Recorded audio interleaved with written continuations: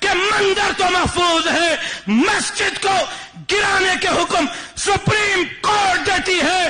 آج کے اس اجتماع میں کہتا ہوں کہ کراچی کے کسی مسجد کو کسی مائی کے لال کو جرت نہیں کہ ہاتھ لگائے۔ السلام علیکم سامعین، 26 جمادی الاولیٰ ہے، 31 دسمبر ہے۔ خبر کا عنوان ہے مسجد کی ایک اینٹ بھی اکھاڑی تو۔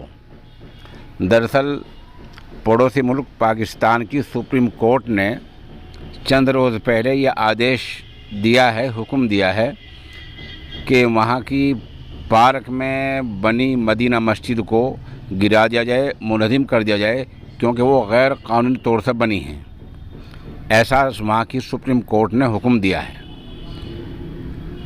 اسی حکم نامے پر جمعیت علماء بھڑک اٹھی ہے اور جمعیت علماء اسلام مولانا فضل الرحمان گروپ کے جنرل سیکریٹری مولانا راشد محمود سمرو نے چیف جسٹس گلزار احمد اور وہاں کے وزیر اعلیٰ سید مراد علی شاہ کو چنوتی دی ہے، وارننگ دی ہے اور کہا کہ مسجد توڑ کر دکھائیں۔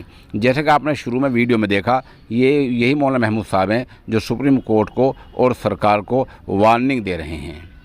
مولانا محمود نے جو کہا ہے اس کا خلاصہ یہ ہے کہ چیف جسٹس صاحب، مساجد بعد میں گرا لینا، پہلے شاہراہ فیصل پر بنے افواج پاکستان کے غیر قانونی پیٹرول پمپس گرائیں، غیر قانونی چھاونیاں گرائیں، غیر قانونی اسکواز گرائیں۔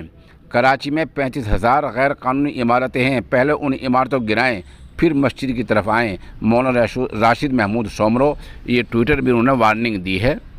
اب دیکھنا یہ ہے کہ سپریم کورٹ کی چلتی ہے، وہاں کی سرکار کی چلتی ہے، جمعیت علماء کا کیا رویہ ہوتا ہے اور اونٹ کس کروٹ بیٹھتا ہے۔ بہرحال جو کچھ ہو رہا ہے وہ اچھا نہیں ہو رہا ہے۔